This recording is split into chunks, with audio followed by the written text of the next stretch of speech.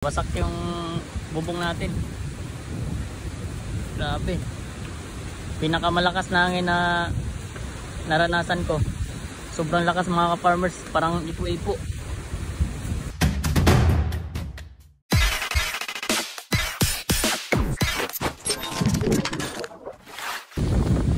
Grabing lakas ng hangin mga ka-farmers. So ayan, wasak yung bubong natin. Grabe. Pinakamalakas na hangin na naranasan ko.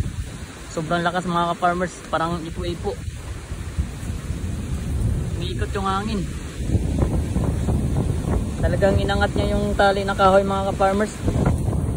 Tapos yung pinagtalian natin dun, nabunot. Wire na ginamit natin yung tali. Sobrang lakas mga ka-farmers. First time ko na experience to na ganito kalakas na hangin.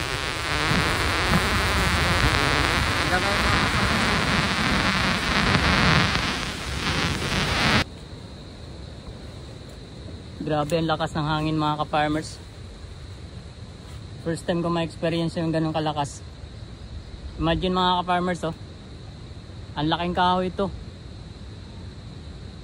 Hardwood na kahoy ito, kasay. Tingnan nyo yung nangyari mga ka-farmers, oh. Parang binunot lang. Oh. Ang laking kahoy ito mga ka-farmers. Ganun kalakas yung hangin mga ka-farmers. Imagine yung bubong natin. Yan, tarpaulin. Imagine na mga ka-farmers kung paano hindi lilipad yan. Grabe, sobrang lakas mga ka-farmers. Talaga nakakatakot.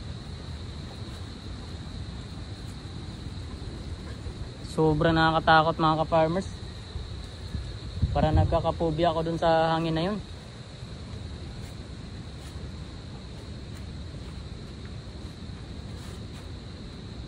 Tingnan nyo to mga ka-farmers, oh. Around 4 meters away mula sa kubo-kubo natin. Parang binunot lang mga ka-farmers, oh. Buti hindi nadali yung hose natin, oh. Wala sana tayong tubig.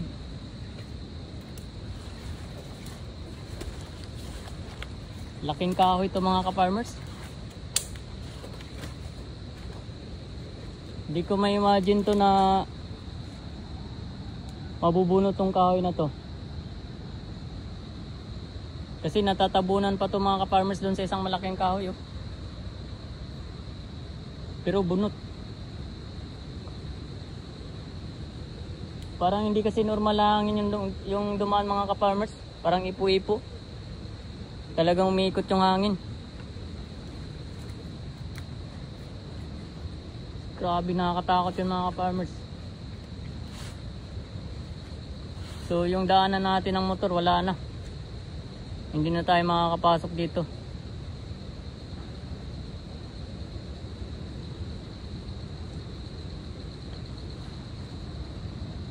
Ganun kalakas yung hangin mga ka-farmers.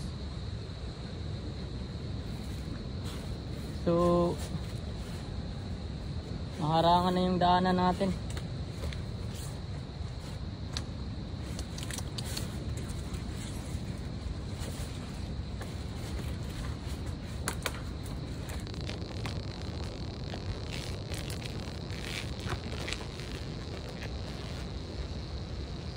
Nakakatroma yung hangin mga ka-farmers.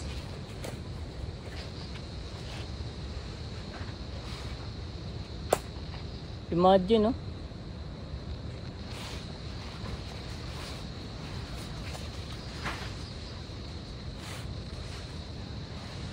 Napakalaking puno na tumba.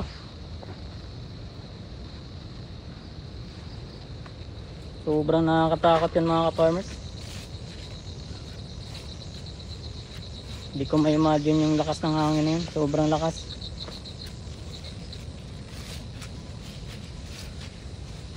Parang sumisipol yung hangin kanina mga ka-farmers.